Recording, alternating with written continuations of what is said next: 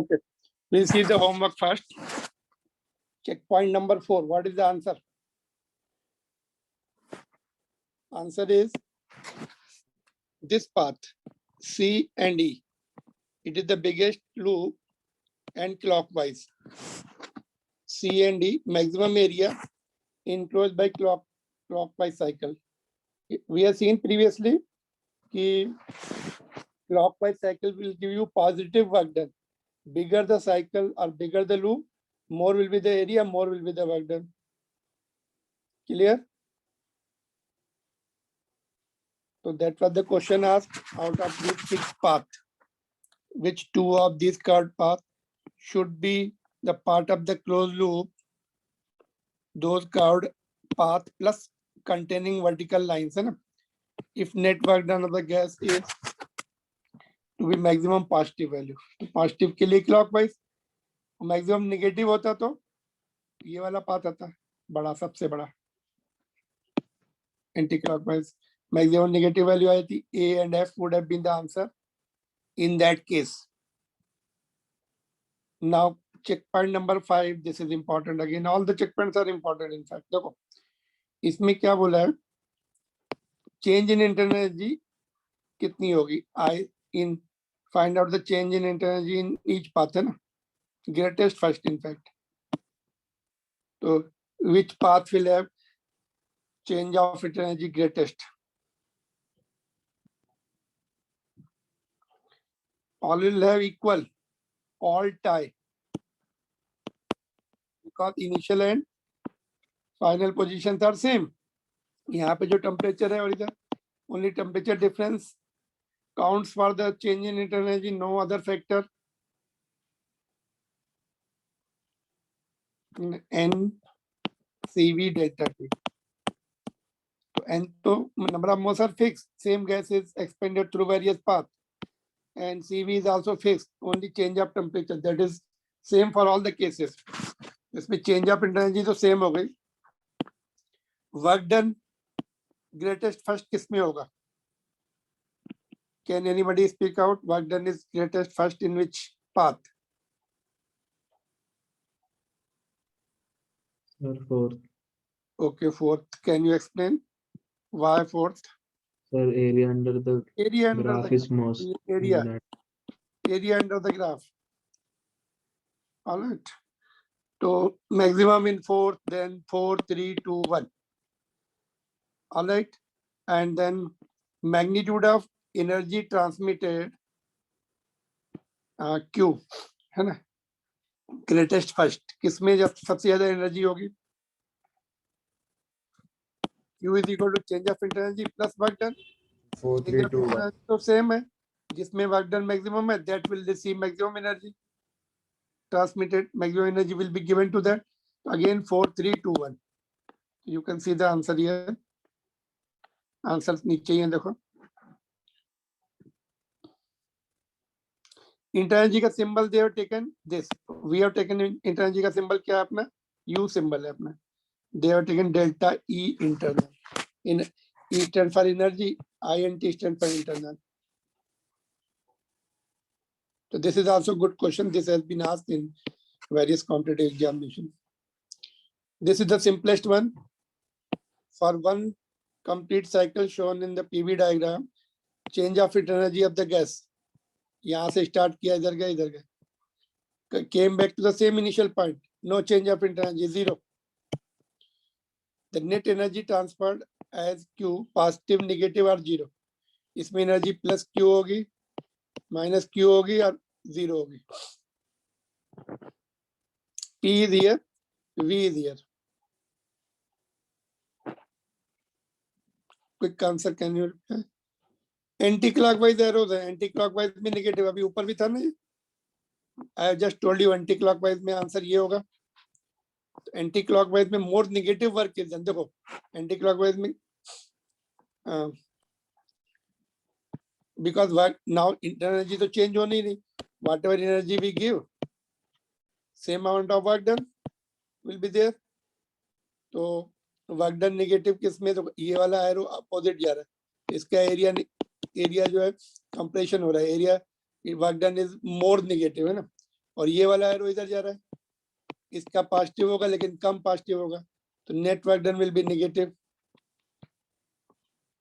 तो इसीलिए anti clockwise loop में नेगेटिव वर्क डन आता है, और इसमें वर्क डन होगा नहीं, this is no change of volume, तो this is positive work done this much, and ये अपोजिट जा रहा है तो कंप्रेशन हो रहा है, तो इसमें negative work done, this is negative, negative is more, positive is less, difference of both will be giving you the net work done, that will be negative, and in other words area of the loop is the work done, that is equal to the change of internal energy also, I mean nahi, that is equal to heat from the first law of thermodynamics, the change of internal energy plus work done, ye to zero hai, whatever the work is done that comes by the area of the loop, that is equal to heat, work done agar negative hai to heat is rejected in fact, hai na, यहाँ पे क्या लिखेंगे, negative है, it means negative आ रही, that is heat is rejected, heat is given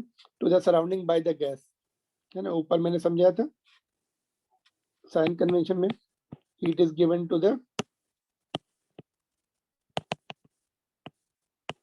to surrounding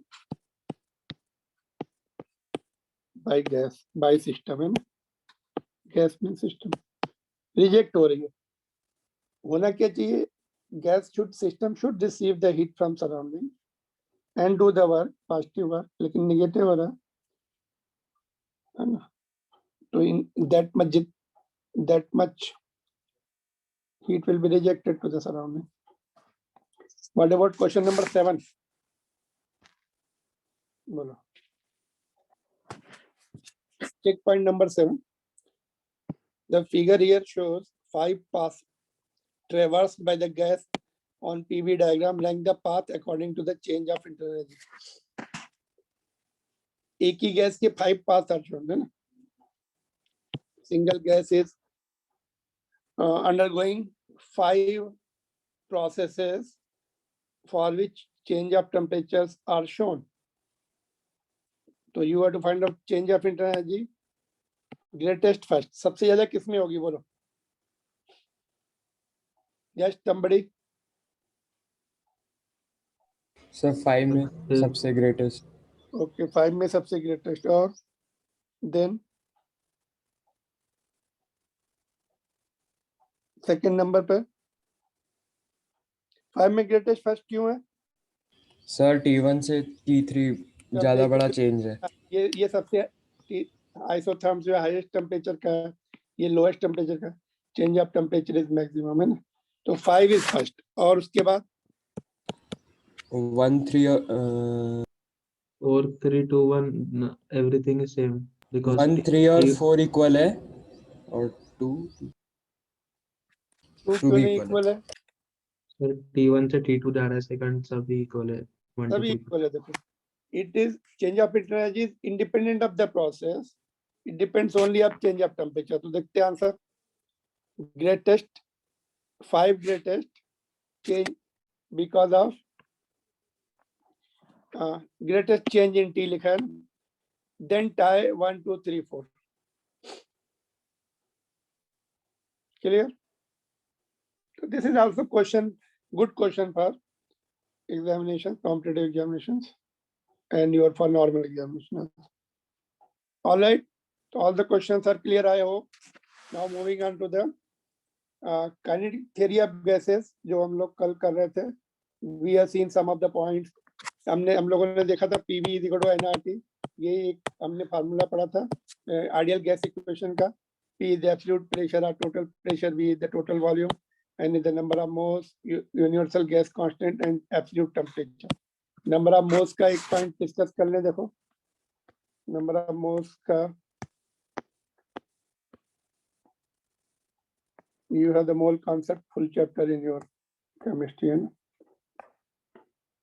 देखो यहाँ पर देखो, number of moles is the ratio of total mass upon molar mass, and it is also the ratio of total number of gas particle divided by Avogadro's number, cross multiply किया. Total mass is number of moles multiplied by molar mass, है ना. And and total number of gas particle is your number of moles multiplied by Avogadro's number. Constant है ये, different gas के लिए ये तो सभी constant ही है, ये different gas का different होगा molar mass है ना. ये बताओ molar mass जो है, if m is the mass of the each gas molecule, so total mass will be how much? Number of molecules multiplied by mass of each what is called molecule. तो total mass ऐसे भी दे सकते हैं, है ना. तो जो heavy gases होंगी जिनके मोलर मास ज्यादा होते हैं, मोलर मास मोर है, तो उसके पार्टिकल्स का मास भी बिगर होगा. Okay, let's see. ये बताओ कि if molar mass is more, question is this man, more molar mass के जो गैस पार्टिकल्स होंगे, गैस मॉलिक्यूल्स हैवी होंगे कि क्या होंगे? विल दे बी हैवी और लाइट? देखो हाइड्रोजन का मोलर मास कितना है? Tell me quickly. 2 ग्राम. 2 ग्राम में एवोगाड्रोस नंबर के बराबर मॉलिक्यूल्स होंगे. ऑक्सीजन का 32 ग्राम है, उसके भी total number of molecule same हो गए, है ना. मॉलिक्यूल सेम हो गए. हाइड्रोजन के 2 ग्राम में, सॉरी ये क्या ऑक्सीजन है, सॉरी, हाइड्रोजन का 2 ग्राम will have same number same है, एवोगाड्रोस नंबर. ऑक्सीजन का 32 ग्राम will have same number. तो नेचुरली ऑक्सीजन के gas molecules will be heavier. More the molar mass, more will be the mass of each molecule or each atom of the gas. Molar mass होने से, उसका molar mass मोर होने से heavy भी होती है गैस, और of course their molecules itself will be more heavier as compared to the light gases having the less number of molar mass. So these are the finer points you have to remember in order to reply the further questions. All right. तो चलो देखते हैं अभी आगे क्या है. देखो, now my question is this, NCERT book का क्वेश्चन है ये. Molar volume is the volume occupied by 1 mole of any ideal gas at standard temperature and pressure. STP कितना होता है? 1 atmosphere and 0 degree. तो 22.4 लीटर आएगा. 22.4 litre is how big? How big it is? अपना gas cylinder कितना उसमें होता है? गैस सिलेंडर के से थोड़ा बड़ा है ना, bigger than gas cylinder. Bucket, bathroom bucket is generally 10 to 15 litres की होती है. 2 buckets of that water buckets के बराबर वॉल्यूम हो गया. तो 22.4 जो है, but you may have the doubt कि सर जिस सिलेंडर में रखेंगे उतना ही तो वॉल्यूम होगा उसका. सब you keep it in the 1 litre of cylinder, it will occupy 1 liter. You keep it 100 liters of gas cylinder, it will occupy 100 liter. How can we say 22.4? Common sense says same thing what I told है ना, कि भाई 1 litre के cylinder में रख दो 1 litre का volume होगा, 100 लीटर्स के रख दो 100 लीटर होगा. But these conditions should be fulfilled. Let us see how to fulfill this condition. पहले तो calculate कर लेते. How to calculate? बोलो. Ideal gas equation, PV is equal to nRT. Pressure 1 atmosphere, 10 to the power 5 लेते हैं round figure. Volume prove करना है 22.4 litres.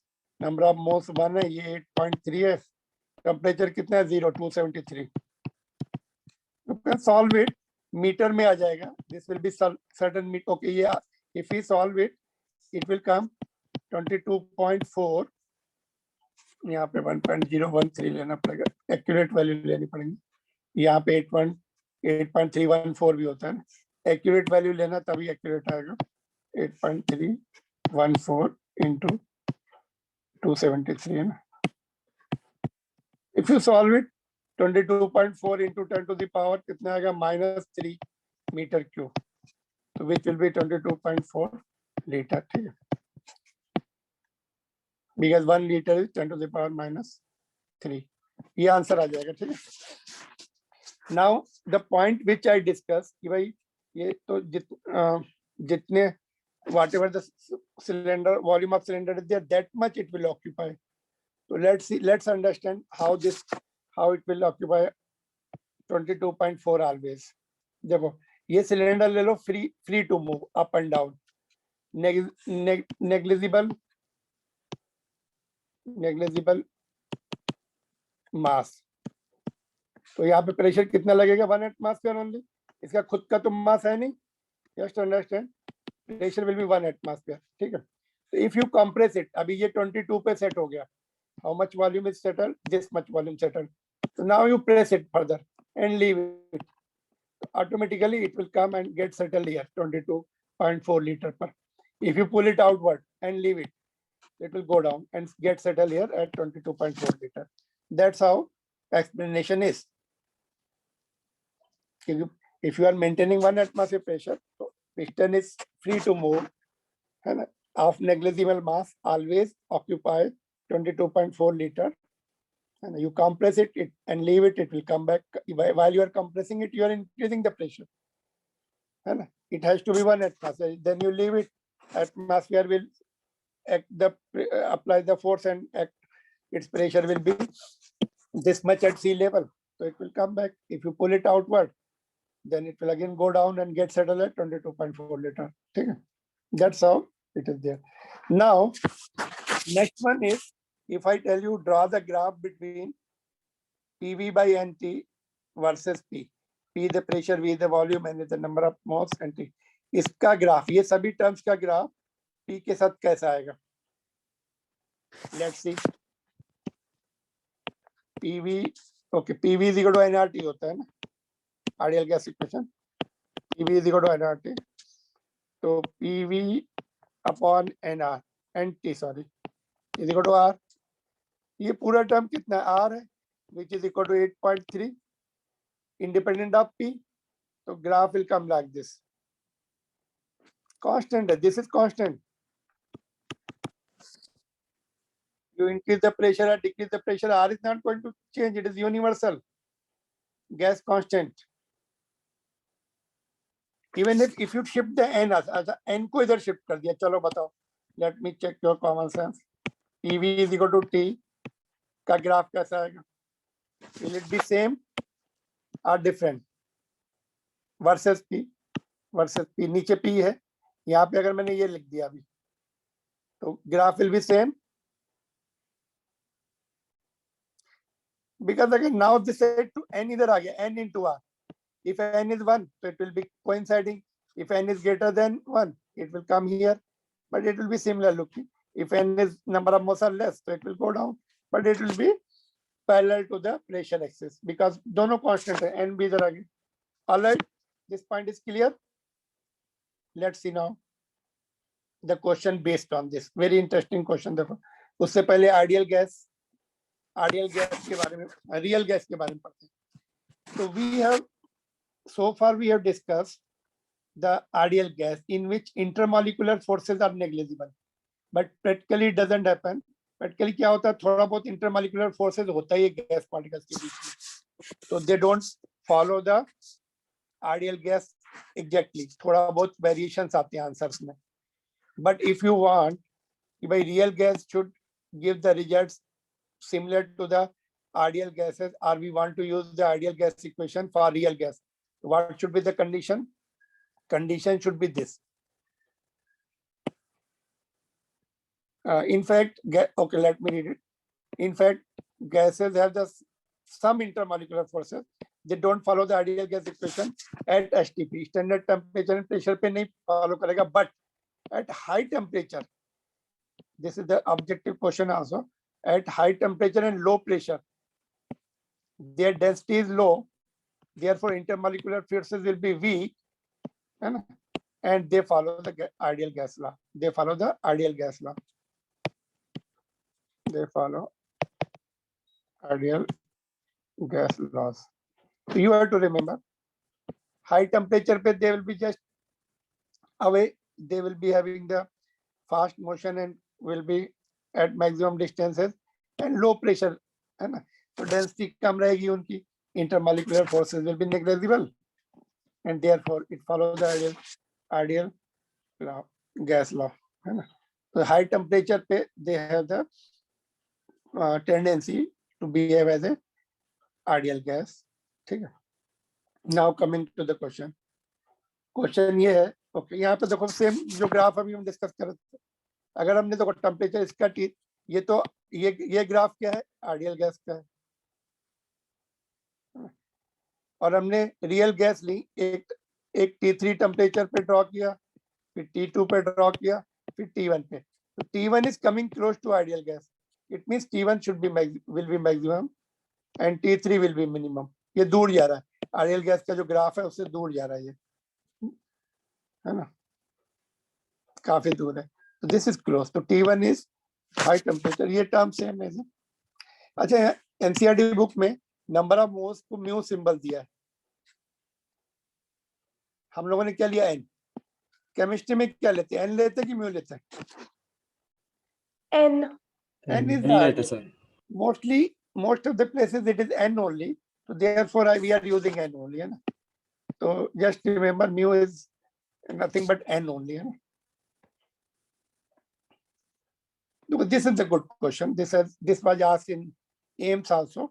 JEE में भी आ सकते हैं. देखो अभी जो डिस्कस किया, all the points are here. देखो यहाँ पे उन्होंने PV by T लिया, तो आइडियल, ओके, ये पूछा है what does the dotted plot signify, ये वाला, ये क्या सिग्निफाई कर रहा है, बिहेवियर ऑफ आइडियल गैस, है ना, ग्राफ ऑफ आइडियल गैस, है ना. तो ये point is done, first part.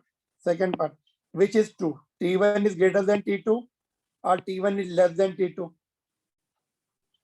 T1 is greater than T2. T1 close है ना, इसकी क्लोज, जितना क्लोज है राइट फ्रॉम बिगनिंग, तो दैट हाई टेम्परेचर पे they will behave as ideal gas. तो T1 ग्रेटर देन, ये आइडियल गैस क्या हो गया, T1 greater than T2. And third part, what is the value of PV by T where the curve meet the y-axis? यहाँ पर NR. हाँ, PV by T is equal to NR. R तो known है, N कितना दिया, N दिया होगा तो 1 ग्राम दिया. 1 ग्राम ऑक्सीजन का, 1 ग्राम ऑक्सीजन का नंबर ऑफ मोल्स कितने होंगे? 1/32. 1/32 into 8.3, तो 0.25 समथिंग विल कम. देखते हैं आंसर क्या है, 0.26 आ रहा है ना. तो ये भी third part. Fourth part I want to you try this fourth part, everybody. So just in one, you can just get it right after 2 attempt or even first attempt maybe, to read the point 4, है ना. पहले तो बोला है hydrogen के लिए निकाल लो, will it be same for hydrogen, क्या पूछा है, if we obtain the similar plot for, अच्छा similar plot, if we obtain the similar plot for 1 ग्राम, ये ग्राम हो गया, 1 gram of hydrogen, would we get the same value of PV by T? तो क्या change हो रहा है, नंबर ऑफ मोल्स चेंज हो रहा है ना. नो, यहाँ पे 2 आ जाएगा, तो इट विल गो अप, है ना. तो बोला है कि फिर से अगर सेम ग्राफ चाहिए तो क्या चेंज करना पड़ेगा, हाइड्रोजन की क्वांटिटी कम करनी पड़ेगी ना. तो कितनी करनी पड़ेगी, दैट यू डू योरसेल्फ. ये फोर्थ पार्ट यू ट्राई करो खुद ही, मैथमेटिकल लॉजिक है उसमें, और कुछ भी नहीं है. बोथ वैल्यू ऊपर होनी चाहिए यहाँ से, P1 V1 by T1 is equal to P2 V2 by T2, या फिर ठीक है, just read it and do it yourself. तो गुड क्वेश्चन.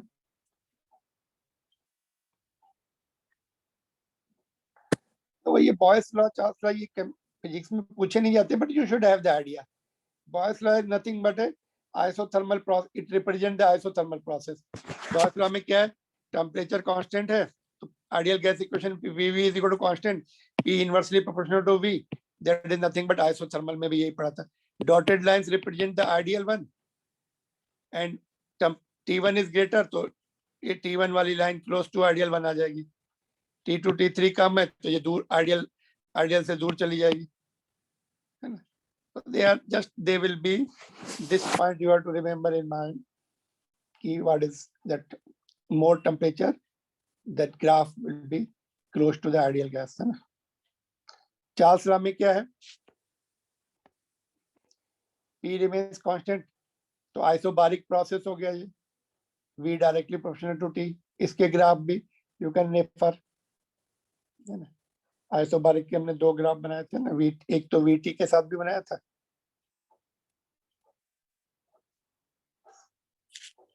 दूसरा PV भी बनाया था. तो लाइक दिस V, अच्छा V इन्होंने नीचे लिया इधर, ये आइडियल के लिए है और ये रियल के लिए. So that just you go through these points. Dalton's law of partial pressure, it is also simple one. अगर किसी गैस, किसी सिलेंडर में different type of gases are kept, then total pressure will be equal to sum of the individual pressure of the gas, which is called partial pressure. Total pressure of ideal gas is sum of the partial pressure, means individual pressure of that gas. इसको prove कर सकते हैं, ideal gas से PV is equal to total number of moles into RT, तो RT को अंदर multiply कर लिया, V को नीचे भेज दिया, तो this will be the pressure का ही रिलेशन है, pressure of first gas, this will be the pressure of second gas and so on, है ना. तो दे whatever the pressure they apply, total pressure will be the sum of that. That is the Dalton's law of partial pressure. Individual pressure is called partial pressure, है ना. किस पे depend कर रही है, तो कांस्टेंट है सभी में, V2 नहीं रहेगा, तो यहाँ पर it will be R same है, सेम सिलेंडर में टेम्परेचर सेम है एंड वॉल्यूम सेम है, सेम सिलेंडर में. It is the number of moles, they decide the pressure of individual gas, which is called partial pressure. More number of moles, more pressure that gas will exert onto the cylinder. तो ये इसी से related question है, this is good question. Ratio of their partial pressure is given, P1 by P2 दिया है, P1 by P2 is 3:2 है. तो since देखो PV is equal to NRT, अभी हमने डिस्कस किया, V सेम है, R सेम है, T सेम है, pressure directly proportional to N. Number of moles निकालना है, क्या पूछा फर्स्ट पार्ट में, नंबर ऑफ मॉलिक्यूल्स निकालना है ना. Number of molecules will be directly proportional to number of moles. Okay, P1 by P2 is equal to N1 by N2 आ जाएगा, और N1 by N2 क्या होगा, number of moles will be, number of moles क्या formula पढ़ा था हम लोगों ने अभी, number of moles is number of particles upon number of moles जो है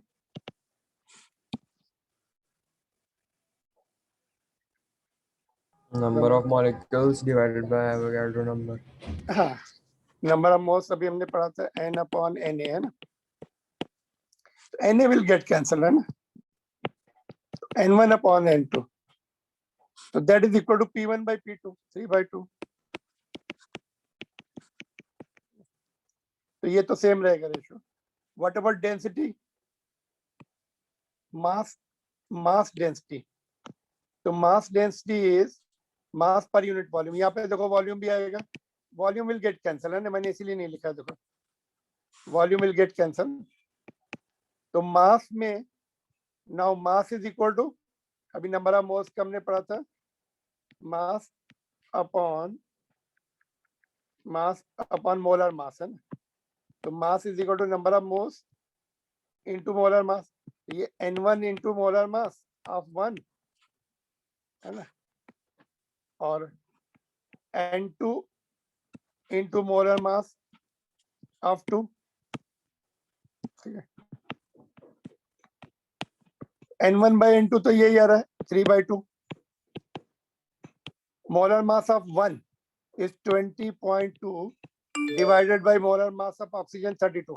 If you solve it, it is coming 0.9 something. ये solid example ही है वैसे, 0.947 आ रहा है, but try yourself. Solution मत देखो, solution क्या है, बहुत complicated दिया रहता है इसमें, you will just waste your time if you see the solution. You see the final answers always and solve with your own method. Think and solve it. ठीक है, तो ये just practice of this basics only, nothing else. But इसमें भी if you don't practice it, then you will at the time of requirement will not be able to solve it. I am telling you, practice चाहिए, नहीं तो फिर फंस जाते हैं बाद में आगे चलकर। देखो, various speeds और various velocities of the gas particles. ये टॉपिक बहुत ब्रीफली दिया है एनसीईआरटी बुक में, only they have asked the questions RMS velocity के, but they are not given the formula, so without formula you cannot solve the question, so we have to remember the formula also.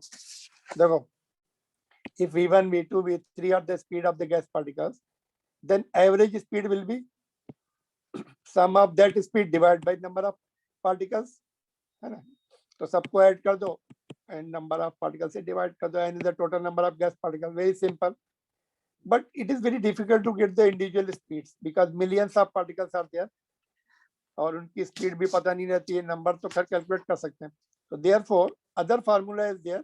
Maxwell has given the other formula also, temperature and molar mass. So it is 8 RT upon pi m naught. R is the gas constant, T is the absolute temperature, m naught is the molar mass. ठीक है, तो molar mass दिया होगा उससे निकाल सकते हैं, बाकी तो कांस्टेंट है, टेम्परेचर पे ही डिपेंड कर रहा है और मोलर मास पर. More the molar mass, less will be the average speed, and more the temperature, more will be नहीं more, हाँ ठीक है, inverse है, more the temperature, more is the average speed, and more the molar mass, less is the average speed. Heavy particles, gas molecules will have less speed and for same temperature. Hydrogen के molecules will have more average speed as compared to oxygen. And oxygen का molar mass more है, hydrogen का less है, 4 times आएगा, 32/4, 32/2, 16 का ratio, under root से बाहर आएगा 4. Hydrogen molecules will have 4 times the average speed as compared to oxygen molecules at same temperature. एक सिलेंडर में भर दो ऑक्सीजन एंड हाइड्रोजन के molecules, and hydrogen molecules will be having 4 times speed, average speed as compared to that.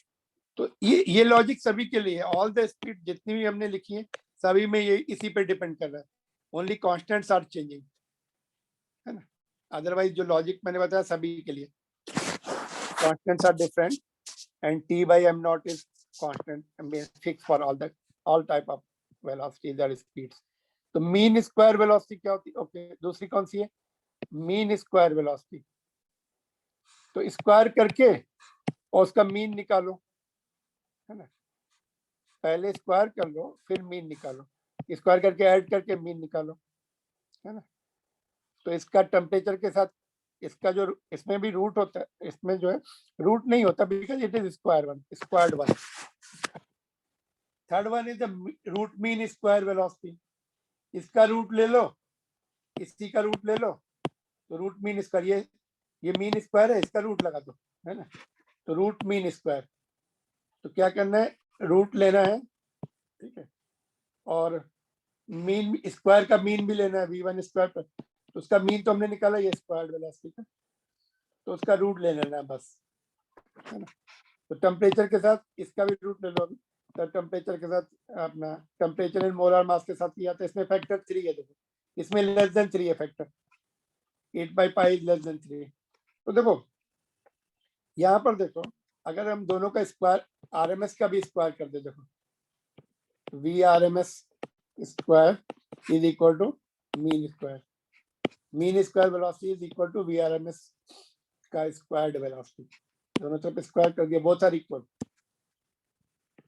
Square of RMS velocity is equal to mean square velocity, because उसी का root लिया ना हमने, both have to be equal in square.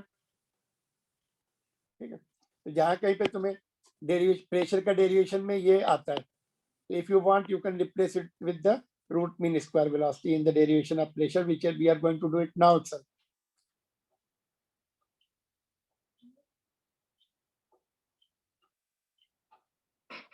Clear, formula याद रखना है ये।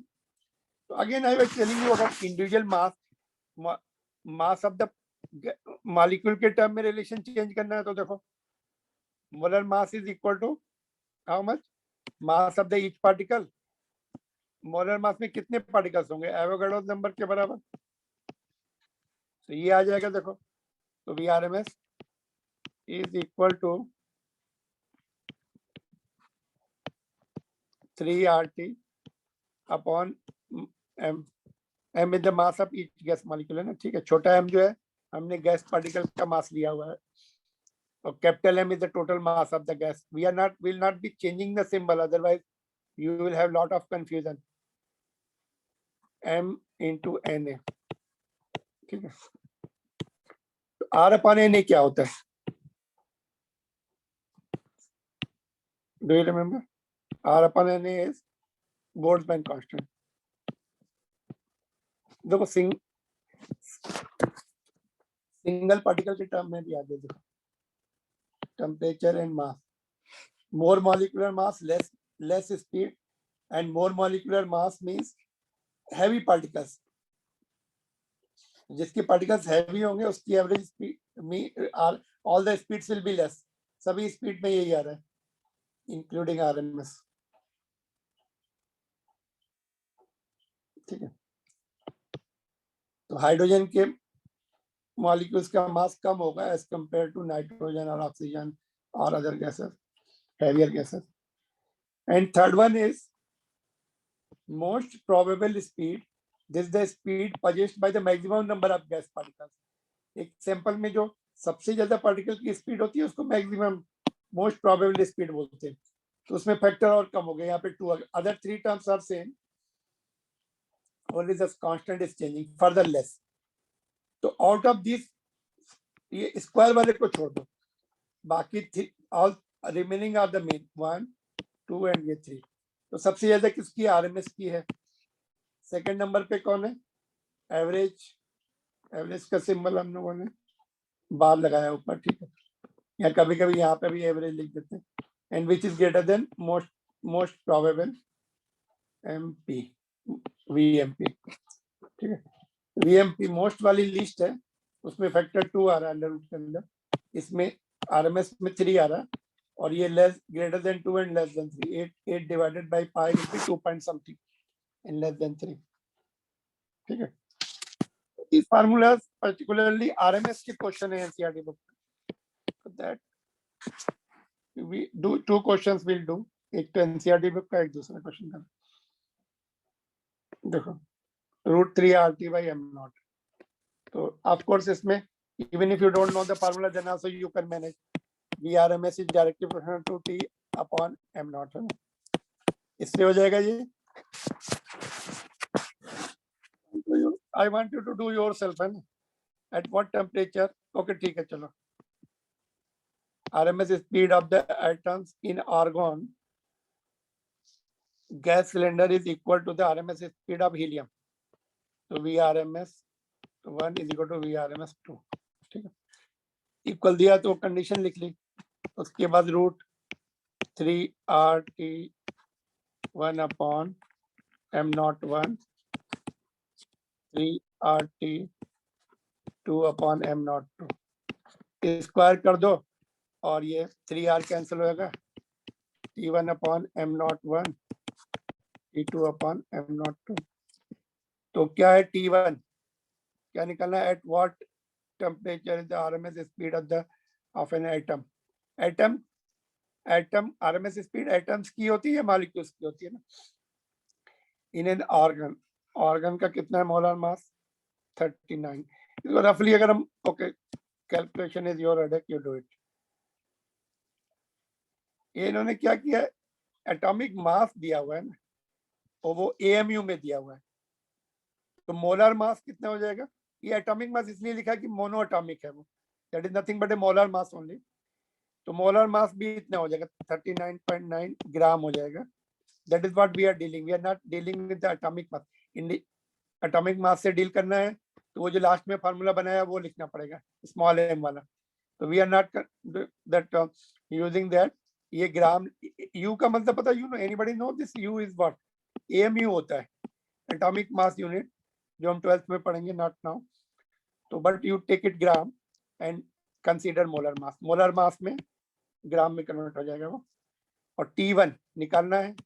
T2 कितना दिया है? हीलियम का कितना दिया है? Molar mass is 4 and 273 minus 20 करना पड़ेगा. माइनस माइनस प्लस नहीं कर देना, माइनस करना है वो. 253 आ जाएगा वो. ठीक है. और ये 10, ये रफली 40 है. देखो 4 से अगर हम कैंसिल करेंगे 10, तो 253, 2530 के आसपास कुछ आंसर आएगा. कितना दिया है? 25 200 25 20 आ रहा है, और हमने यहाँ पर रफली आइडिया लगाया तो 25 30 आ रहा है. ठीक है, क्योंकि राउंड फिगर में ले लिया हमने. Alright, so this is the question given. Formula you have to remember. ये देखो, ये question you can try yourself. Only thing problem क्या है, मिस्टेक क्या होती है? देखो, let me tell you the mistake. Okay, जैसे ये मैं क्वेश्चन पूछूं, नहीं, दिस इज ओके.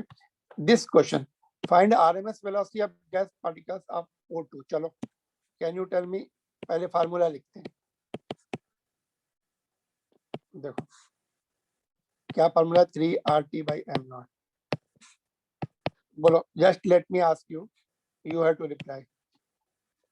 3 R कितना ले? बोलो. R you should remember 8.314 है ना. ओके, टेम्परेचर कितना लिखेंगे? बोलो. 300 केल्विन में. और ये मोलर मास कौन सी गैस है? ऑक्सीजन. कितना लिखे मोलर मास? 32. बोलो, क्विक आंसर. कितना बोला? 32. No, this is the mistake everybody does. क्या क्या करेक्शन होना चाहिए उसमें? बोलो. 32 is not the right answer. 32 by Avogadro. 32 by Avogadro. No. अरे यार, मोलर मास जो है 32 ग्राम है. ठीक है, मोलर मास जो है, जो मास नंबर होता है उसी में ग्राम लगा देते. That is the molar mass. Can we put 32? No, it is CGS 10 to the power -3.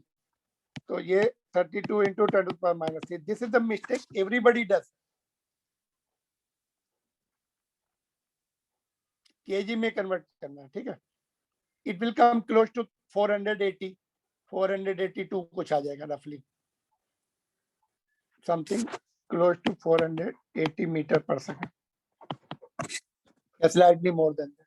ठीक है, these points you have to remember. Molar mass को it is always in the gram. In fact, it is the mass number के बराबर ग्राम होता है, और उसमें KG में कन्वर्ट करना, because everything we are putting in SI unit. This, so this should be in SI unit. kg is the SI unit, not the gram. ठीक है, क्लियर? तो ऐसे यहाँ भी देखो, यहाँ पर जब तुम सॉल्व करोगे 1930, तो मैंने बताया ना वो कितना है, 480. इसको ऑक्सीजन का, जिसका टेम्परेचर कितना है, टेम्परेचर नहीं दिया, रूम टेम्परेचर वो 27 ही लेना पड़ता है, रूम टेम्परेचर. तो जो 480 है ना, उसका 4 टाइम्स है रफली, it will be when you solve it, तो मास जो है, मोलर मास जो आएगा तुम्हारा 2 × 10⁻³ आ जाएगा kg, which is 2 ग्राम, तो which has to be of hydrogen. तो आंसर हाइड्रोजन है। ये सॉल्व करके देख लेना, ये पूछा गया था question.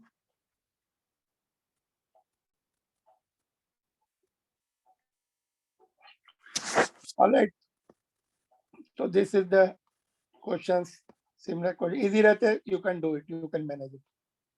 Some more questions that I will be asking you now. Kinetic theory of an ideal gas, इसमें डेरिवेशन ऑफ प्रेशर है और एंड रिलेटेड पॉइंट्स हैं। तो derivation of pressure is done under the following assumptions। ये assumptions है, उसमें you are supposed to write at least four assumptions and then derive the pressure of gas in the kept in the cylinder। तो ये big question आता है इसके ऊपर। assumption देख लो, अभी मैंने बिगिनिंग ऑफ द चैप्टर बताया भी थे क्या क्या है। gas contains large number of molecules which are always in incessant random motion, हमेशा मूव करते, रुकते नहीं कभी भी। इंटरेक्शन इज नेग्लिजिबल, उनकी जो पोटेंशियल एनर्जी है वो नेग्लिजिबल है। And they move in the straight line, natural है उसमें, है ना। Their velocity changes due to collision, collision के बाद चेंज होगी, otherwise they will continue to move in the straight line. This point is related to this only, है ना। Change कब होगी? कोलिजन के, otherwise they will not change. Collision और elastic collision है, no loss of energy on rebounding. And total kinetic in elastic collision है तो kinetic energy conserve रहती है। Momentum conservation is known, and momentum is always conserved in any type of collision, not only elastic, non-elastic में भी momentum conserve रहता है, but elastic collision में kinetic energy भी loss नहीं होती, conserve रहती, constant रहती। तो इन्हीं 4 assumptions मेन, ये तो assumption लिखने ही पड़ेंगे। तो incessant random motion वाला, है ना।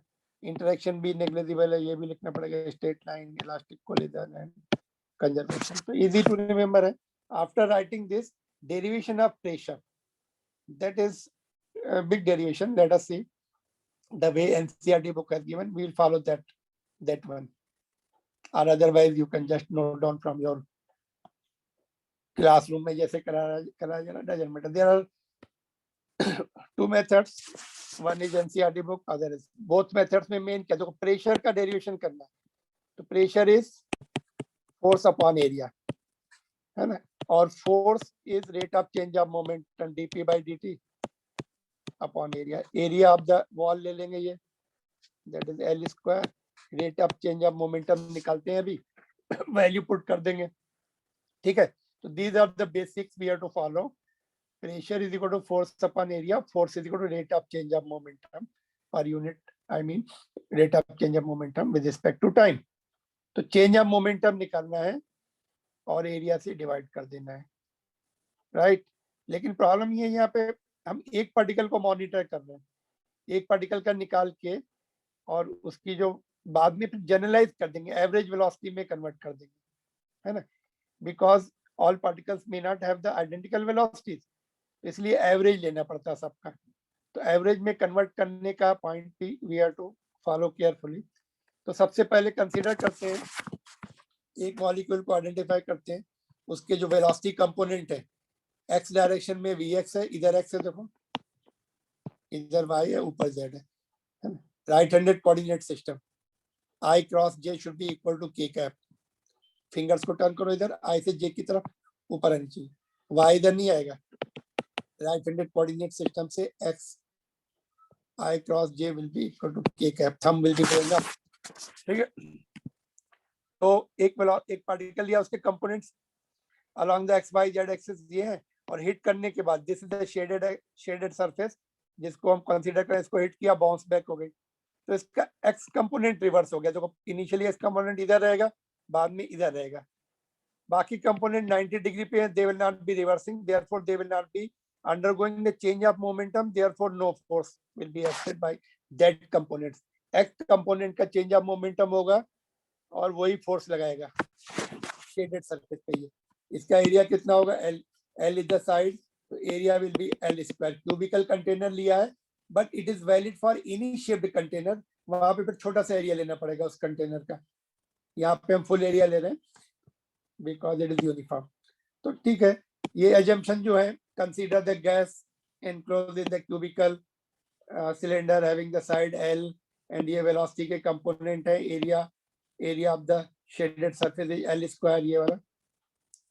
Now collision is elastic, already हमने माना, तो ये एक्स कंपोनेंट बाउंस बैक हो रहा है, माइनस हो जाएगा, इसका चेंज ऑफ मोमेंटम निकालो। देखो चेंज ऑफ मोमेंटम फाइनल इधर है, इनिशियल इधर था, तो ये वाली डायरेक्शन माइनस ली, ये वाली, तो minus M into we X, और ये वाला इधर था तो प्लस ही रहेगा ये, तो 2 टाइम्स होगा। जब बाउंसिंग बैक होता है ना, तो मोमेंटम इज ट्वाइस हो जाता है उसका, है ना, वेक्टर क्वांटिटी है तो ट्वाइस हो जाता है वो, चेंज है, वेक्टर भी है, चेंज भी है, दूसरा कंपोनेंट भी पलट जाता है ना, तो minus 2m into we x, है ना।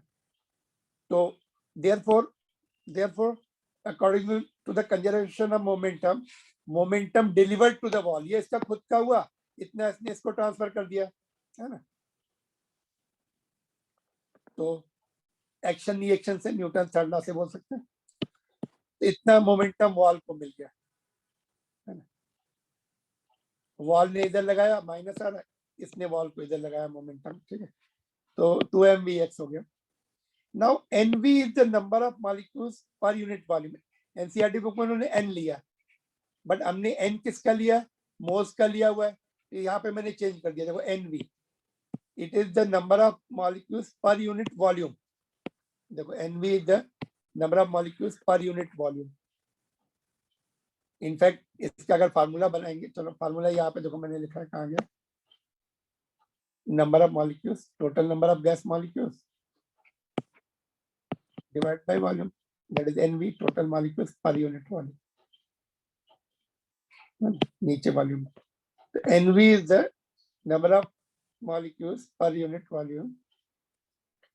Now यहाँ से देखो, यहाँ से थोड़ा सा तुम्हें ध्यान देना पड़ेगा, बाकी तो इंट्रोडक्शन ही चालू। Consider small time delta T, number of molecules hitting this wall will be 1/2, अभी 1/2 छोड़ देते हैं, ये देखो ये वाला, ये n किसमें पर यूनिट वॉल्यूम में, ठीक है। तो टाइम t में वॉल्यूम कितना कवर होगा, एरिया ऑफ क्रॉस सेक्शन, और ये डिस्टेंस हो जाएगी स्पीड इनटू टाइम, तो टाइम डेल्टा t में इतना वॉल्यूम कवर होगा into nv, number of molecules पर यूनिट वॉल्यूम। तो ये वॉल्यूम है, और ये इतना, तो इतने हाफ क्यों किया, because other half will be moving, ये आइसोट्रॉपिक होती है। अगर टाइम डेल्टा टी लिया, इधर टोटल अगर उतने हैं तो आधे इधर जा रहे होंगे, आधे इधर जा रहे होंगे, because it is uniform gas, it doesn't have any preferred direction, isotropic बोलते हैं। आइसोट्रॉपिक मींस यूनिफॉर्मिटी है, कोई पर्टिकुलर डायरेक्शन में प्रेफरेंस नहीं होता। तो 50% अगर टोटल 1000 है, 500 इधर जा रहे होंगे, 500 इधर जा रहे होंगे, इसलिए हाफ किया, इसलिए आधे लिए। Half moves in opposite direction, half इधर जा रहे हैं तो हमने इधर वाले लिए, ठीक है, समझ में आ गया। nv नंबर ऑफ वॉल्यूम पर नंबर ऑफ पार्टिकल्स पर यूनिट वॉल्यूम है, ठीक है। तो नंबर ऑफ पार्टिकल्स मिल गए हमें, और ईच पार्टिकल का चेंज ऑफ मोमेंटम कितना था, 2m इंटू वी एक्स था, तो टोटल नंबर ऑफ पार्टिकल से मल्टीप्लाई कर देंगे इधर, तो टोटल मोमेंटम मिल जाएगा हमें, total change of momentum, force is equal to change of momentum, यहाँ पे मोमेंटम लिखा है, डेल्टा कर देते, change of momentum, change of momentum upon time, change of momentum पूरा एज इट इज पुट कर दो, ये अपॉन टाइम, टाइम से डिवाइड कर देंगे, यहाँ पर डेल्टा टी आ जाएगा, देखो ये डेल्टा टी है, नीचे भी डेल्टा टी आ जाएगा, इट विल गेट कैंसल, ठीक है। तो डेल्टा टी गॉन, तो फोर्स का ये टर्म बचा। अभी इसमें देखो, हाँ ठीक है, एज इट इज पूरा किया, अभी हमने कुछ भी नहीं उसमें, बाद में मल्टीप्लाई कर देंगे। एरिया क्या है, अभी नीचे एरिया, एरिया से कट जाएगा, ये यहाँ से तो एरिया भी चला गया, देखो, तो बचा क्या, अभी 2 2 से कैंसिल हो गया, m into we x square, n v भी है और वी एक्स स्क्वायर, ठीक है। तो ये है pressure is this much, this is of single molecule on the surface which is perpendicular to the x axis, उस शेडेड वाली सरफेस उतना है, दिस इज फॉर सिंगल, ठीक है। Now but all the molecules will not have the same velocity, as I told you different velocities होगी, तो average करना पड़ेगा। Therefore our equation will be for group of molecules with velocity vx, ठीक है। तो total pressure,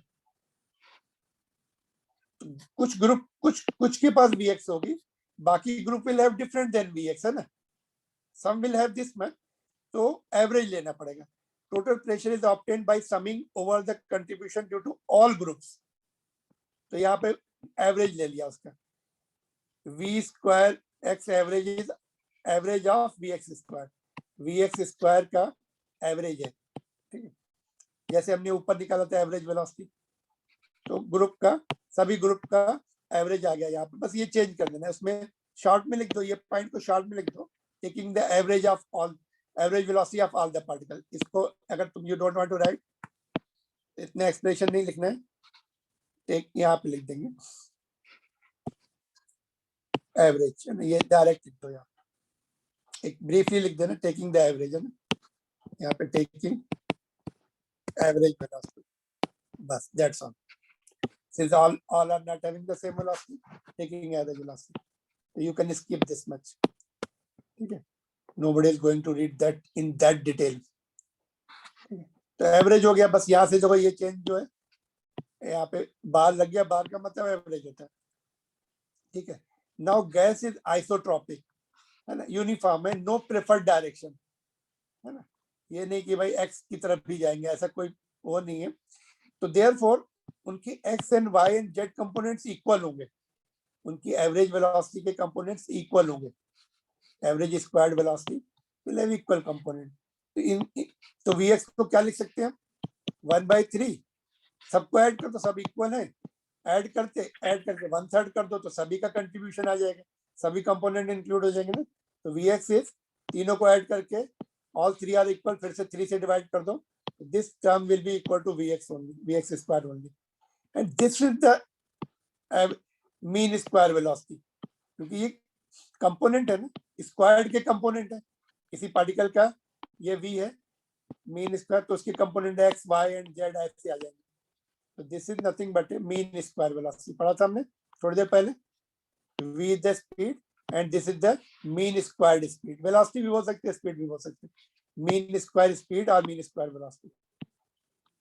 तो बस, तो ये vx की वैल्यू यहाँ से ये यहाँ पे पुट कर देना इसमें, that is the end of the derivation, यहाँ पे पुट कर दिया, 1/3 आ गया, और ये this m is the mass of the molecules and nv is the total number of molecules divided by volume. This is what is the big derivation, 5 marks का पूछा जाता है, if it is taught to you in the class it will be asked, otherwise can you see very big derivation,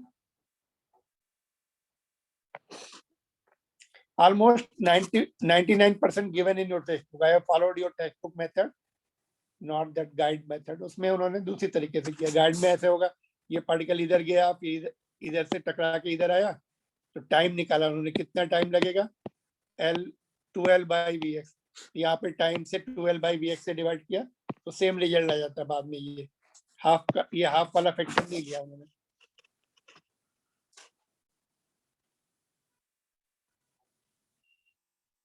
तो main क्या है इसमें, momentum change निकालना है और एरिया से डिवाइड, उस पर टाइम से डिवाइड करना है, ये डेल्टा टी चला जाता है, और एरिया से डिवाइड कर देंगे ए चला जाएगा, यहाँ पे हमने लिखा नहीं है, एक स्टेप कम कर लिया, ये ए विल गेट कैंसिल, जब पुट करेंगे एफ की वैल्यू, तो प्रेशर निकाल लिया, फिर जो वेलोसिटीज हैं उनको इंट्रोड्यूस किया हमने, vx लिया, फिर बाद में average velocity mean square velocity में कन्वर्ट कर दिया, है ना, because it should be in mean square velocity, not the x and y component, x and y component में नहीं होना चाहिए।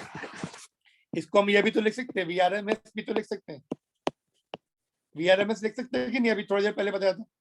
और यहाँ का जो वॉल्यूम है ओके देखो RMS स्पीड का जो फॉर्मूला लिखा था अभी हमने थोड़ी देर पहले, इससे आ जाएगा। देखो यहाँ पर देखो P 1/3 N/V और ये VRMS स्क्वायर। तो V को इधर ले जाओ, PV हो जाएगा, PV इक्वल टू NRT हो जाएगा 1/3 N VRMS square. N will be what, number of moles में क्या आता है बोलो, number of particles divide by Avogadro number. ये कैंसिल हो जाएगा और 3 इधर आ जाएगा। और क्या मिसिंग है इसमें, ये MB है, MB नीचे M छूट गया था, देखो यहाँ पे आ जाएगा। तो यहाँ से VRMS का जो फार्मूला है 3RT/m0, जो हमने डायरेक्ट लिखा था, इससे आ जाता है। और इससे आइडियल गैस इक्वेशन भी आ जाएगी, you will get the ideal gas equation, PV = nRT भी आ जाएगी इसी से। You can do that, all result you can get it. VRMS की वैल्यू पुट कर देंगे 3RT, वो 3 कैंसिल हो जाएगा, PV = nRT में कन्वर्ट हो जाएगा। तो बट प्रेशर किस पे डिपेंड कर रहा है, देखो टेम्परेचर। देखो ये RMS वेलोसिटी है, ठीक है, नीचे हम डिस्कस ही कर रहे हैं वो point. Otherwise you can check, heavier the molecules more will be the pressure, है ना। डेंसिटी, नंबर डेंसिटी है ना, more number density more will be the pressure. ज्यादा पार्टिकल्स होंगे, ज्यादा हिट करेंगे सरफेस पर। Alright, so you have to remember these things. इसको एक बार एक और में भी कन्वर्ट कर सकते हो। देखो एक, if you want to write one more point, यहाँ पे N/V है, ये मास है, एंड ये कितना हो जाएगा, ये टोटल मास हो जाएगा। देखो total mass into total mass upon volume क्या है, डेंसिटी होता है। ये देखो 1/3 रो VRMS स्क्वायर या VR, but you have to close it here, ये एक्स्ट्रा पॉइंट मत इसमें include करो। तो इसमें कन्वर्ट कर सकते हैं प्रेशर एंड डेंसिटी के टर्म्स में। तो you write up to here.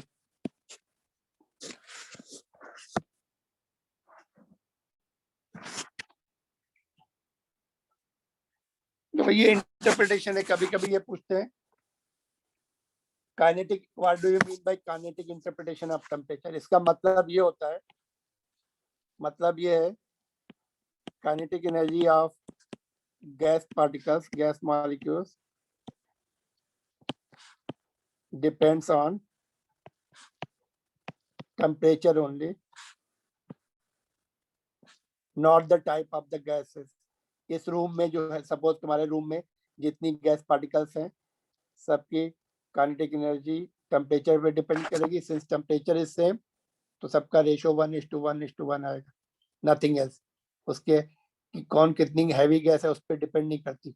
Late us prove it, let us see क्या रिजल्ट है, फाइनल रिजल्ट। देखो अभी हमने प्रेशर का डेरिवेशन किया, उसको वो रिलेशन यहाँ पे लिखा, NV क्या होता है, N/V, है ना, और V को इधर शिफ्ट कर दिया, तो ये रिलेशन आ गया। देखो 1/3 NmV स्क्वायर। तो kinetic energy is ½ mv square. तो यहाँ पे 2 से डिवाइड किया और 2 से मल्टीप्लाई भी किया, तो ये काइनेटिक एनर्जी हो जाएगी ½ mv square. N is the total particles, सभी पूरे गैस पार्टिकल्स की काइनेटिक एनर्जी हो जाएगी।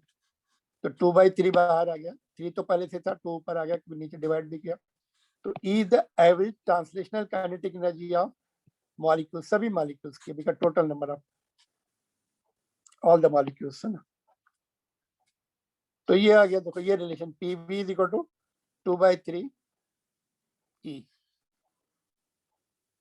ठीक है, तो ये ऑब्जेक्टिव क्वेश्चन भी, देखो let me tell you objective question frequently asked, 2/3 E है। देखो इसमें ऐसा रहता है, P = 2/3 E/V हो गया, pressure = 2/3 kinetic energy per unit volume. E क्या है, translational kinetic energy per unit volume. ठीक है, तो अगर हमें translation kinetic energy per unit volume पता है, तो उसका 2/3 टाइम्स ऑफ द प्रेशर हो जाएगा, 2/3 टाइम्स ऑफ द प्रेशर हो जाएगा ना।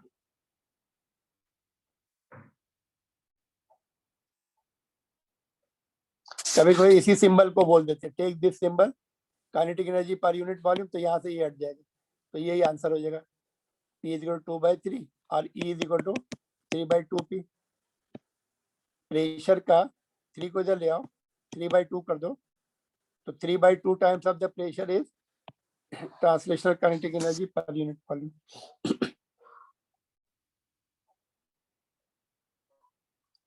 ठीक है, कंटिन्यूइंग फर्दर, ये आ गया। अभी पीवी इज इक्वल टू क्या होता है, एनआरटी, नहीं एनआरटी होता है, and also which is also equal to एनकेबीटी।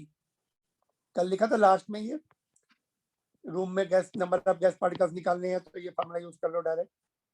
तो PV is equal to N into KBT, तो वो यहाँ पुट कर दिया इसमें, ये तो ये रिलेशन आ गया, N into KBT, right side तो सेम है ना। तो यहाँ से देखो E directly proportional to T आ गया, नहीं ठीक है, पूरा रिलेशन लिख देते हैं, यहाँ पे नहीं लिखते हैं इसको, ठीक है। तो ई क्या है, translational kinetic energy of all the gas particle 3/2 kb into n two, तो ये तो इंटू एन इंटू टी है, तो ये तो कांस्टेंट है, gas particles total number of particles cylinder के अंदर रहने वाले टेम्परेचर पे। तो E directly proportional to T, average translation kinetic energy directly proportional to absolute temperature. Of course, more the number of gas particle, energy will be increasing. Independent of pressure, volume, and nature of the gas. न तो pressure आ रहा है, न volume आ रहा है ना, न nature of the gas आ रहा है। So this is what is to be proved in the topic called kinetic interpretation of temperature.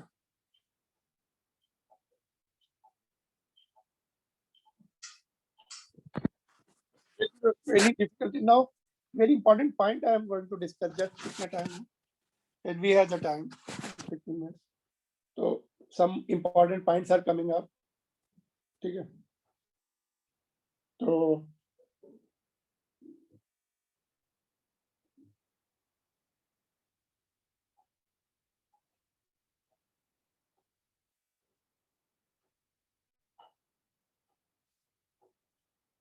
just a minute.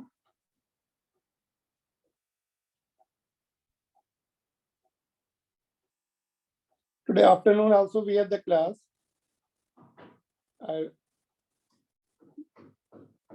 Afternoon we have the class from what time?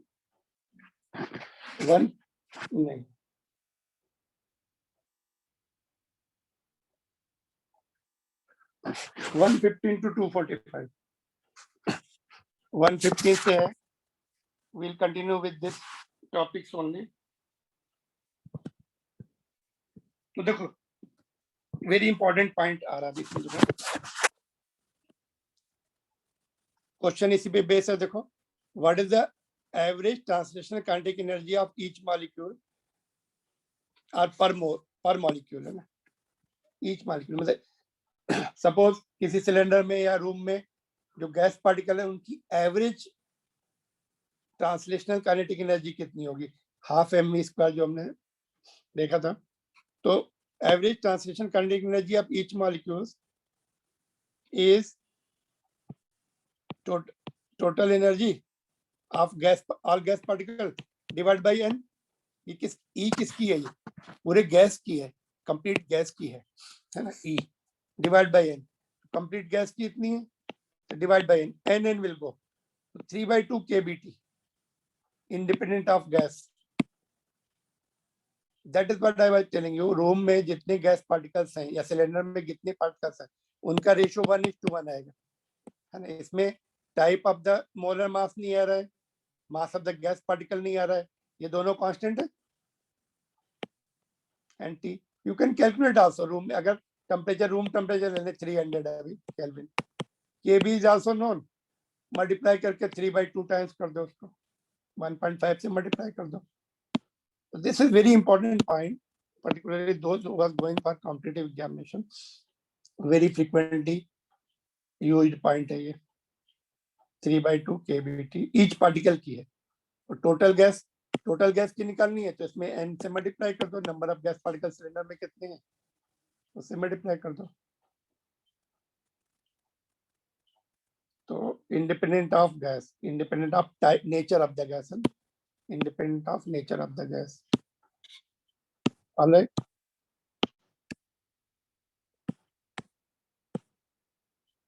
Another factor also, pressure पे भी depend नहीं कर रहा है, temperature पे भी depend नहीं कर रहा है। टेम्परेचर सॉरी टेम्परेचर नहीं, pressure and volume. Increase the pressure, increase the volume, it is not going to change pressure and volume also. ठीक है, दिस इज यूजफुल पॉइंट है ना, कैलकुलेट भी कर सकते हैं ना टेम्परेचर दिया है तो ईच पार्टिकल की बहुत कम आएगी। KB is of order of 10 to the power minus 20, कितना था 10 to the power minus 23 था ना, 24 एंड माइनस 23 आता है बोल्ट्जमैन कांस्टेंट में, एवोगाड्रो नंबर से डिवाइड करते हैं, कल लिखा था। तो देखो ये क्वेश्चन है important. Flask contains argon and chlorine in the ratio 2:1 है, उनके मास का रेशियो कैपिटल एम लिखना पड़ेगा ना, small M is for particles का। Alright, the temperature of mixture is 27, obtain the ratio of average kinetic energy per molecule। Translation word नहीं लिखा है उन्होंने, ट्रांसलेशन वर्ड भी लिखना चाहिए। क्या होगा इसका answer?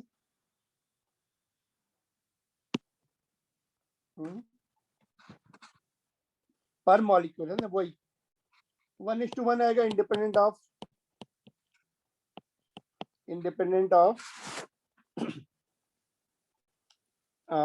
Type of the gas है ना। कितना है? हाफ केबीटी का रेशियो हो जाएगा ना, नहीं 3/2 केबीटी था। टेम्परेचर तो सेम है 1:1, एक ही सिलेंडर में है, they can not have the different temperatures. What about this second part, root mean square velocity, तो वो किस पे डिपेंड करेगी? VRMS 1, are you there? तुम लोग हो कि नहीं? Yes, sir. Yes, Yes, sir. sir. तो inversely proportional to molar mass, तो 1 का नीचे आएगा, 2 का ऊपर आएगा। तो 2 कौन सा है? 70.9 डिवाइड बाई, इसका थोड़ा रेशियो गड़बड़ है, रूट्स निकालना पड़ेगा। आंसर कितना दिया है? 1.33, ये रूट निकालना पड़ेगा, nothing can be done in that. Less than 2 आएगा, ये तो हम बोल ही सकते हैं ना। डबल होता तो लेस देन 1.414 आएगा ना, डबल होता तो √2 इज 1.414, उससे कम आएगा, 1.4 से कम है। This much judgement we can do it without calculation also. Objective question है तो we easy to pick up the point, we get the clue, 1.4 से कम होगा। ठीक है, तो दिस इज एनर्जी एंड उसका। यदि ये भी क्वेश्चन है देखो, based on this point, a gas mixture consists of molecules of type 1, 2 and 3 and molar masses are molecular masses, molar नहीं, each molecule का मास दिया है। ठीक है, तो क्या आंसर होगा इसका? एवरेज काइनेटिक एनर्जी का अगेन सेम होगा सबका। सेम होगा, ऑल टाई है ना। और आरएमएस की स्पीड किस पे डिपेंड करती है? Inversely proportional to molar mass and molecular mass. Molar mass more है तो मॉलिक्यूलर मास भी मोर है, एंड वाइस वर्सा। जो हैवी है उसकी स्पीड कम होगी। हैवी कौन सा है?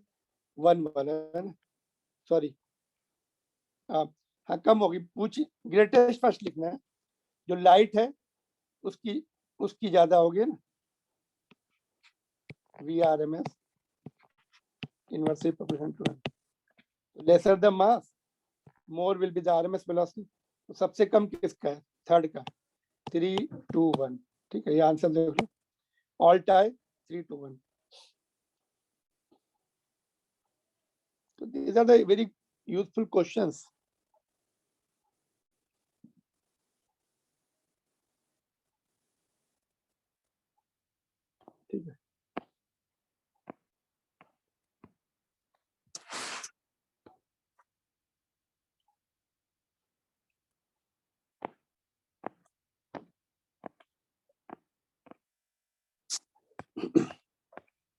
देखो ये छोटा सा टॉपिक है, इसको कंप्लीट कर सकते हैं। देखो degree of freedom of gas molecules, symbol F रहेगा। Degree of freedom of gas molecule, suppose ये गैस मॉलिक्यूल है कोई, तो how many independent ways it can store the energy. Suppose ये एक्स एक्सिस की तरफ जा सकता है, ऐसे वी, इसकी काइनेटिक एनर्जी ही होती है बस, पूरी जो एनर्जी होती है v x. It can have the velocity, इसके कंपोनेंट एक्स की तरफ हो सकते हैं, v x, v y, v z. तो तीन तरह से उसकी काइनेटिक एनर्जी हो सकती है। Any velocity component have, any velocity can have the three components, तो it can have the velocity along the x axis, y axis, z axis, hence kinetic energy along x y z axis. अगर वो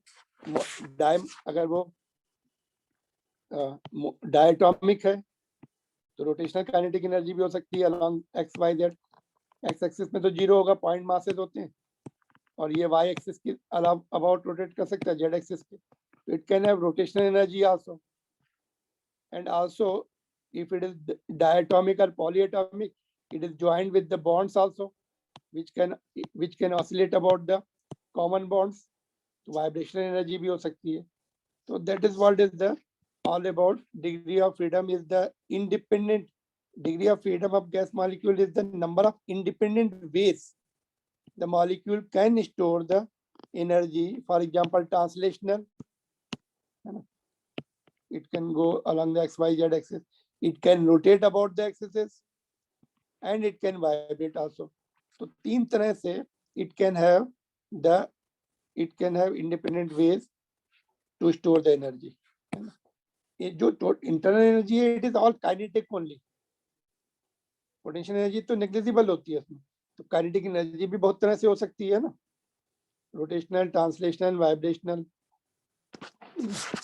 तो monatomic gas particle के पास देखते हैं कितनी degree of freedom है। Monatomic gas particle, for example helium, argon etcetera, ये सिंगल पार्टिकल है, तो इसके जो वेलोसिटी कंपोनेंट है x, v y and v z की तरफ हो सकते हैं। तो three degree of translation motion it can have along the x, y and z axis. तीनों तरफ कंपोनेंट आ सकते हैं मैक्सिमम इसका।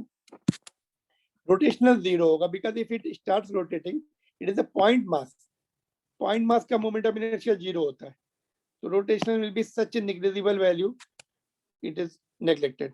वाइब्रेशन भी नहीं है ना, सिंगल पार्टिकल जो है वाइब्रेट नहीं करता वो, it will have the translation motion, it can rotate also but rotational is zero, but moment of inertia tending towards zero, negligible होगा, equal to नहीं लिख सकते, tending towards zero। तो मोनोटॉमिक के पास 3 डिग्री ऑफ फ्रीडम होती है बस। Diatomic देखते हैं, जैसे ऑक्सीजन ले लो या नाइट्रोजन ले लो, तो as a single particle it can go along the axis, single particle x axis की तरफ जा सकता है, वाई की तरफ जा सकता है, जेड की तरफ जा सकता है। तो ट्रांसलेशन सभी में 3 होंगी, इसमें कोई कंट्रोवर्सी नहीं है। Along x y z axis it can have 3 maximum components along x y z axis. तो ट्रांसलेशन इसमें भी 3 है, इसमें भी 3 है, वो it will remain fix for all the cases.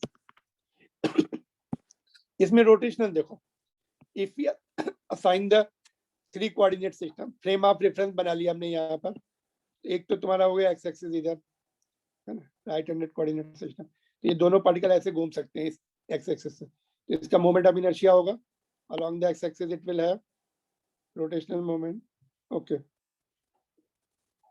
just a minute, थोड़ा सा मैं चेंज कर दूं, x की तरफ तो है, y axis के along हमने ये पार्टिकल दिए, देखो, just let me, okay, shall we have the same x, y and z?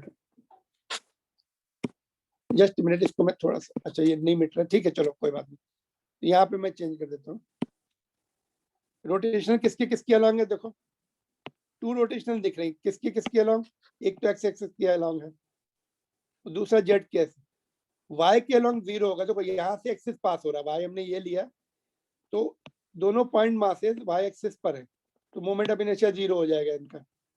But x axis के अलॉन्ग ऐसे रोटेट करेंगे, और ये जेड एक्सिस है उसके अलॉन्ग ऐसे रोटेट करेंगे, जिस एक्सिस पे दोनों मासेस आ जाएंगे वो 0 हो जाएगा, पॉइंट मास अगर axis is passing through the point masses moment of inertia is 0। तो रोटेशनल दो ही हो सकती है मैक्सिमम इसकी, along any two axis, one axis will pass through them.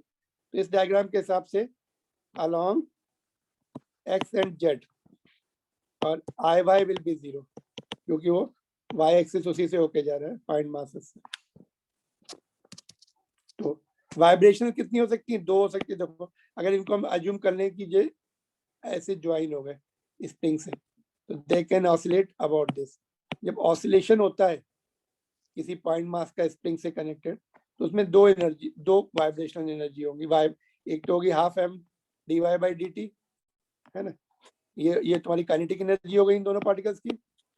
और दूसरी जैसे स्प्रिंग के साथ सो कॉल्ड स्प्रिंग है वो बॉन्ड्स, तो उसकी हाफ की एक्स स्क्वायर होती है, यहाँ पे वाई लिया तो वाई स्क्वायर। तो ये पोटेंशियल एनर्जी होती है इनफैक्ट, इसमें हो सकती है वाइब्रेशन में पोटेंशियल एनर्जी आ सकती है। This is kinetic, this is potential energy. तो टोटल कितनी हो गई इसकी? वाइब्रेशन भी अगर लिया 3 + 2 + 2 7 हो जाएंगे।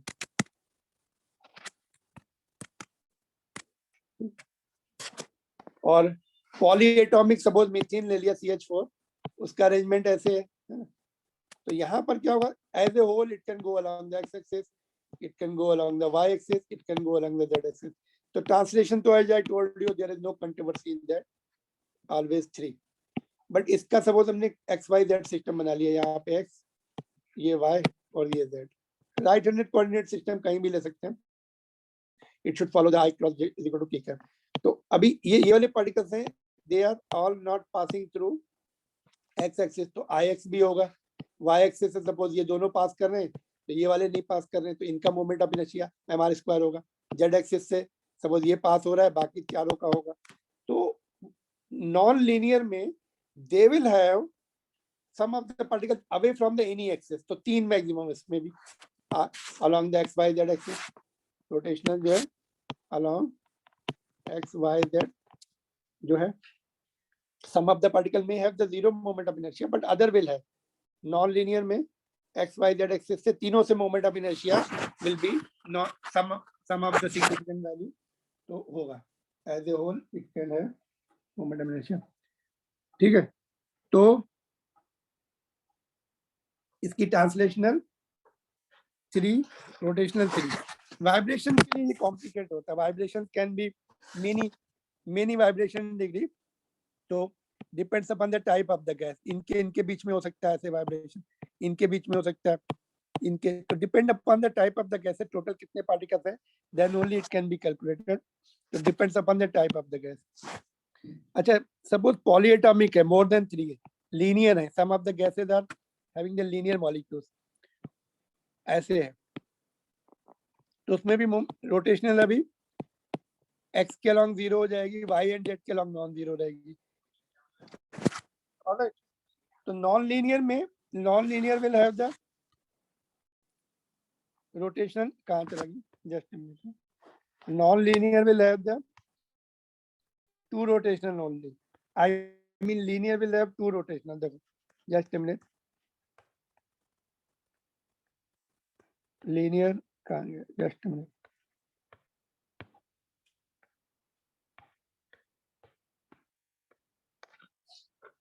सपोज पॉलीएटॉमिक है, मोर देन 2 है, ट्राइएटॉमिक है, तो एक ही लाइन में, तो एक्स एक्सिस से मोमेंट ऑफ इनर्शिया 0 हो जाएगा उसका, वाई से समथिंग रहेगा, जेड से समथिंग रहेगा।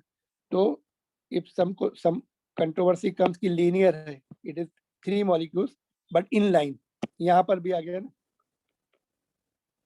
तो फिर से ये 0 ही रहेगा along the y axis, x and y से रहेगा, एक्स एंड वाई से भी इसका 0 हो जाएगा, इन दोनों का नॉन 0 रहेगा, it will have the 2 rotational. ठीक है, तो यहाँ पे मैं स्टॉप कर रहा हूँ। तो degree of freedom is what? It is the number of independent ways particle can have the energy, kinetic energy due to translation, rotational or even vibration, है ना। तो मोनोटॉपिक में ओनली 3 डिग्री ऑफ फ्रीडम है, diatomic में maximum 7 हो सकती हैं, sometimes vibrational बोलते हैं, लो टेम्परेचर पे they are not vibrating, leave the vibrational, तो 5 होंगी। हाई टेम्परेचर है तो 7 भी हो सकती है, मैक्सिमम 7, मिनिमम योर 5. पॉलीएटॉमिक में 3 + 3 6 तो है. Vibrational depends upon the type of the gas, depends upon the temperature also. तो ये वाइब्रेशन की generally they ask you to avoid. Numericals में वाइब्रेशन की बोलेंगे don't take it. Theory point of view we are covering. All right. So afternoon we'll continue from here and remaining part we'll cover. अभी छोटे छोटे points हैं but very useful points आगे भी हैं न्यूमेरिकल्स पॉइंट ऑफ व्यू से.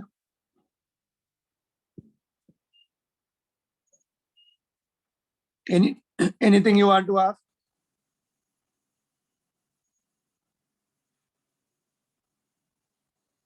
Shall I end it now? Yes, sir. No problem. Thank you, sir. Okay, चलो, thank you. Sir Yes, yes sir. Sir ये आपका जब हो जाएगा तो मुझे वो शिफ्ट कर दीजिएगा सर.